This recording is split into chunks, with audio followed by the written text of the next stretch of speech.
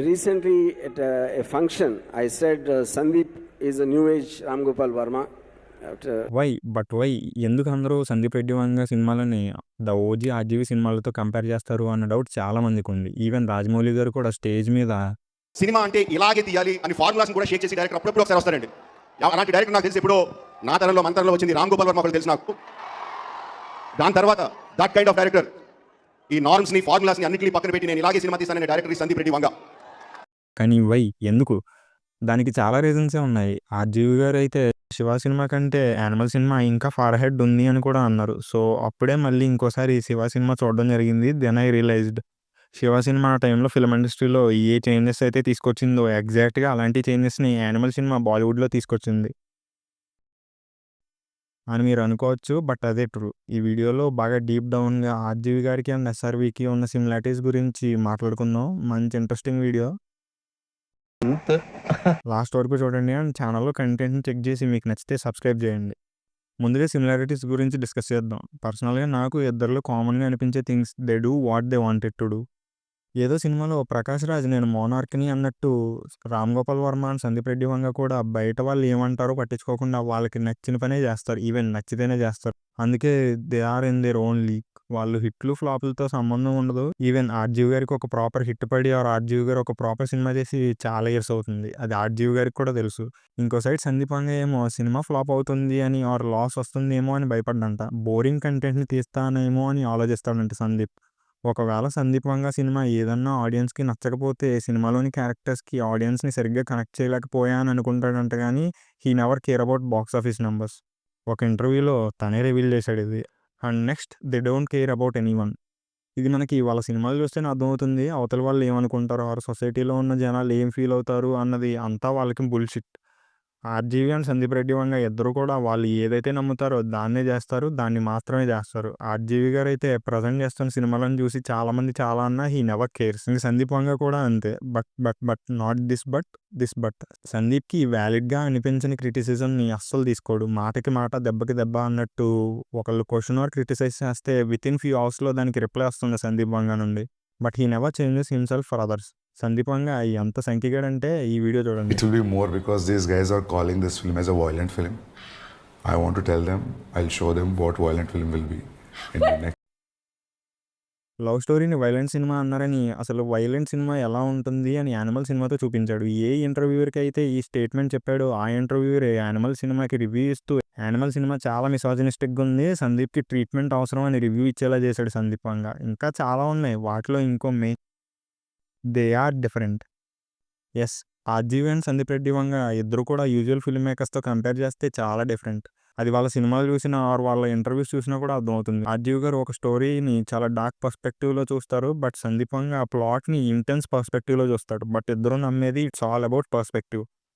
వాళ్ళ స్టోరీస్లో perspective plays and important role. ఈ ఇద్దరు డైరెక్టర్స్ స్టోరీస్ని చూసే వే చాలా డిఫరెంట్గా ఉంటుంది. దానివల్ల ఆర్డినరీ స్టోరీస్ కూడా ఎక్స్ట్రాడినరీగా అనిపిస్తాయి వాళ్ళ డైరెక్షన్తో.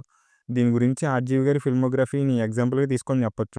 శివతో స్టార్ట్ అయిన ఆయన కెరియర్ ఒక 2 decades పాటు అటు బాలీవుడ్ని అండ్ ఇటు మన టాలీవుడ్ని షేక్ చేసింది. కన్వెన్షనల్ ఫిల్మ్ మేకర్స్లా కాకుండా ఆర్జీవి గారు ఆయన స్టైల్ ఆఫ్ స్టోరీస్ని ప్రజెంట్ చేసేవారు. వాటికి బెస్ట్ ఎగ్జాంపులే కంపెనీ, రంగీలా, సత్య సినిమాలు.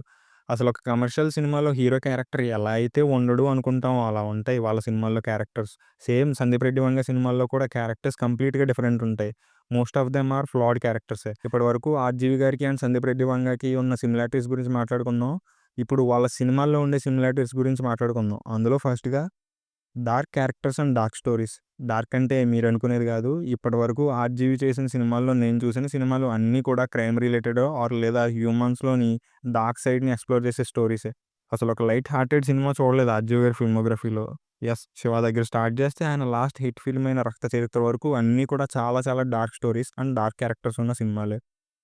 ఏ సినిమాలో అన్నా లేదా స్టోరీలో ఒకటో రెండో వైల్డ్ క్యారెక్టర్స్ ఉంటాయి. ఆర్జీవి గారి సినిమాల్లో కూడా అంతే. స్టోరీలోని డెప్త్ బట్టి ఆ క్యారెక్టర్స్ అంత రా అండ్ రస్టిక్గా ఉంటాయి. సేమ్ సందీప్ వంగ సినిమాల్లో కూడా అంతే. కాకపోతే స్టోరీలో ప్రతి క్యారెక్టర్ అండ్ ఈవెన్ స్టోరీ కూడా చాలా ఇంటెన్స్గా రాగా ఉంటాయి.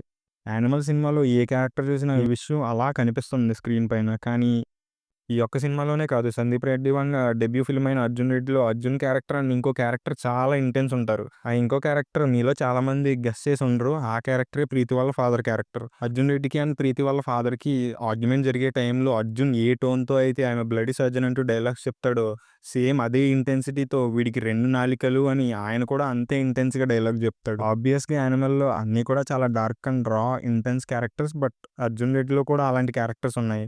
నెక్స్ట్ రాబోతున్న 'యానిమల్ పార్క్'లో ఇంకా డార్క్ అండ్ డీప్ ఎమోషన్స్‌ని ఎక్స్‌ప్లోర్ చేస్తా అని ఒక ఇంటర్వ్యూలో చెప్పాడు సందీప్ రెడ్డి వంగ. అది ఊహించుకుంటేనే ఆడియన్స్‌కి మంచి హైప్ వస్తుంది. బట్ క్రిటిక్స్‌కి మాత్రం okay. Next 'no sugar coated emotions'. ఈ ఇద్దరు డైరెక్టర్స్‌కి రియల్ లైఫ్‌లో ఉన్న కామన్ థింగ్ వాళ్ళకి అనిపించిన విషయాన్ని అవతల పర్సన్ ఏమనుకుంటాడు అని ఆలోచించకుండా బయటికి చెప్పేస్తారు. అది కూడా పచ్చిగా and without any sugar coating or filter. Even వాళ్ళ సినిమాలు కూడా అంతే. వాళ్ళు అనుకున్న స్టోరీని వాళ్ళు అనుకున్నట్టు మాత్రమే చెప్తారు. Without thinking about anyone. Not even caring 1%. వాళ్ళ ఇంటర్వ్యూస్‌కి కూడా అందుకే అంత క్రేజ్. 'ఆర్జీవి' గారు మొహమాటం లేకుండా స్టార్ హీరోస్ గురించైనా, ఏ విషయం గురించైనా రాగా చెప్పేస్తారు. సందీప్ వంగ కూడా అంతే. తనకు అనిపించేది ఎలా అయితే అనిపించిందో అలానే బయటికి చెప్తాడు. ఇంక సినిమాల్లో అయితే ఒక పర్సన్ ఇలా కూడా చెప్పొచ్చా అని అనుకునేలా ఇంటెన్స్ ఉంటాయి తన సినిమాలు. వీడేంటి ప్రతిసారి ఇంటెన్స్ రా అంటున్నాడు అనుకోవచ్చు చాలామంది. బట్ నేను ఎందుకు ఆ వర్డ్స్‌ని యూజ్ చేస్తున్నా అంటే అలాంటి వర్డ్స్‌ని యూజ్ చేసి డిస్క్రైబ్ చేసే క్యారెక్టర్స్‌ని అందరూ క్రియేట్ చేయలేరు. But 'RGV' and 'Sandeep Reddy Vanga' are masters at that. వాళ్ళ సినిమాలో క్యారెక్టర్స్ ఎమోషన్స్‌ని పోర్ట్రే చేయడం కూడా చాలా రాగా, ఒక రియల్ పర్సన్‌కి కోపం వస్తే అన్నీ మర్చిపోయి డిప్లొమసీని ఎలా మిస్ అవుతాడో అలానే ఉంటాయి. And then they believe what they do. Flaws ఉన్న బ్రోకెన్ క్యారెక్టర్‌కి జనాలు కనెక్ట్ అవుతారు అని నమ్మటం ఒక ఎత్తైతే, ఆ క్యారెక్టర్‌ని ఒక లవ్ స్టోరీలో ప్లేస్ చేసి ఆ స్టోరీని నాన్ లీనియర్ నరేషన్‌తో చెప్పడం అంటే యూజువల్ డైరెక్టర్స్ చేసే పని కాదు. తన కథ మీద ఎంత నమ్మకం ఉంటే సందీప్ రెడ్డి వంగ 'అర్జున్ రెడ్డి' సినిమాని కన్సీవ్ చేస్తాడు. అండ్ ఇంకో సైడ్ డెబ్యూ సినిమాలోనే హీరో విలన్ని ఓడించాలి అంటే తనలానే తన దారిలో వెళ్ళాలి అని నమ్మి తను కూడా రౌడీ అయ్యే డెసిషన్ తీసుకునేలా చేసే రైటింగ్‌ని కన్సీవ్ చేశారు 'ఆర్జీవి' గారు. మీరు ఇప్పటికిప్పుడు ఈ వీడియో చూడడం ఆపి 'శివ' సినిమా చూడడం స్టార్ట్ చేస్తే మీరు చాలా రిలేట్ అవుతారు. బట్ ఆ సినిమా వచ్చి 25+ ఇయర్స్ అవుతుంది. అలాంటి సినిమాలు తీయడం is not a simple thing. అసలు it's a very big thing to do 'Shiva' kind of films at that time. But 'RGV' గారు చేసి చూపించారు. అండ్ ఆ సినిమాతో టీఎఫ్ఐ డైనమిక్స్‌ని చేంజ్ చేసేశారు. సిమిలర్‌గా 'సందీప్ రెడ్డి వంగ' కూడా 'యానిమల్'తో ఒక కైండ్ ఆఫ్ డిఫరెన్స్‌ని తీసుకొచ్చాడు ఫిల్మ్ ఇండస్ట్రీలో. ఇలా ఇద్దరు కూడా వాళ్ళ సినిమాలతో డిఫరెన్స్ తీసుకొచ్చిన వాళ్ళే. మేబీ అందుకే వాళ్ళని కంపేర్ చేస్తూ ఉండొచ్చు జనాలు. ఇలా వీడియో ఎండ్‌కొచ్చేసాం. కొంతమంది ఏంటి వీడు బాగా లేపుతున్నాడు అనుకోవచ్చు. But no issues. బికాజ్ వాళ్ళు యూజువల్ ఫిల్మ్ మేకర్స్ కాదు. And it's a love letter from my side. మీకు వీడియో నచ్చితే లైక్ చేయండి. అండ్ మళ్ళీ ఇంకో వీడియోతో వస్తాం. Till then keep watching.